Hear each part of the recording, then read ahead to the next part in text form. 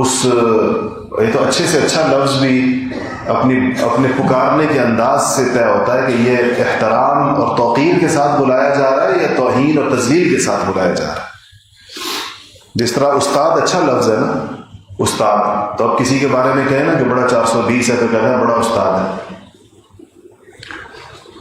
تو یہ بڑا فلانا تو بڑا استاد ہے، اس کا مطلب یہ تھوڑی کسی کو تعریف ہو رہی ہے. مطلب یہ ہوتا ہے کہ 2 نمبر کاموں میں بڑا استاد ہے.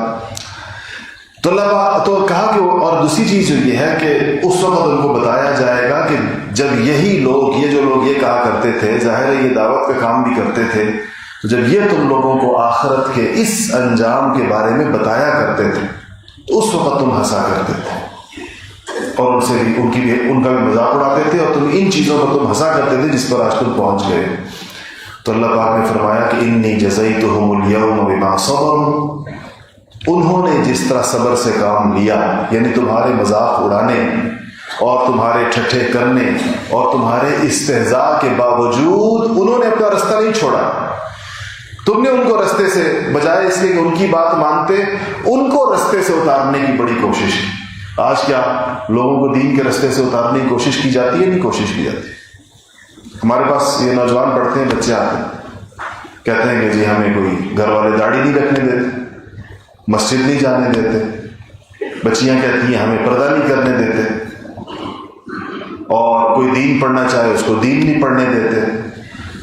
تو رکاوٹیں تو آتی ہیں، اور ہنسی مذاق بھی ہوتا ہے، بہت زیادہ استہزاء بھی ہوتا ہے، تضحیک بھی ہوتی ہے. یعنی میں آپ کو، میرا تو سارا دن کام ہی یہی ہے، اگر میں آپ کو بتاؤں نا کہ کیسے کیسے نوجوان بچوں کو جو دین کی طرف آ جاتے ہیں، ان کو اپنے گھر سے، اپنے خاندان سے، اپنے معاشرے سے، اپنے اسکولوں، کالجوں اور یونیورسٹیوں سے، اپنے دفتروں اور اپنے اداروں سے جس قسم کے توہین آمیز اور تذلیل آمیز رویوں کا سامنا کرنا پڑتا ہے، صرف اس وجہ سے کہ وہ دین کی طرف گئے،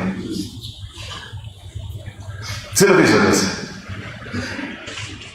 اور وہ ہمارا ایک ساتھی ہے، یہاں پڑھتا ہے، تو وہ اس طرح میری طرح یہ پگڑی پہن کر اپنی یونیورسٹی میں چلا گیا، تو اس کی استانی اس سے کہتی ہے کہ پگڑی تو پہن کر آئے، اس میں تم نے بم تو نہیں رکھا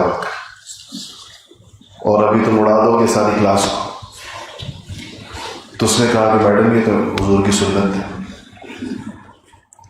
یہ تو حضور کی سنت ہے، اس لیے پہنی.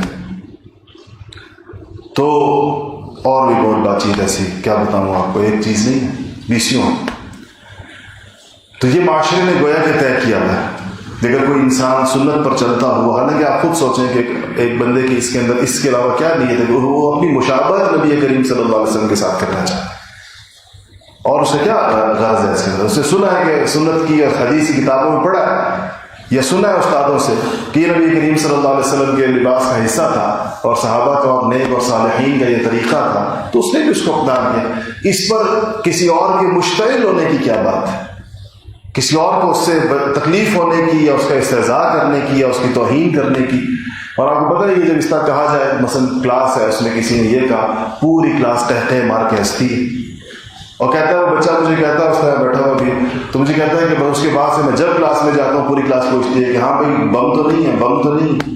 روز پوچھتے ہیں بچے، تو مذاق کرتے ہیں. پھر استانی نے بچوں کو لائن دی ہے باقاعدہ مذاق کی کہ بھی سب کریں اس کے ساتھ. یہ اللہ پاک نے فرمایا کہ انی جزیتہم الیوم، یہ لوگ صبر کریں گے اس کو.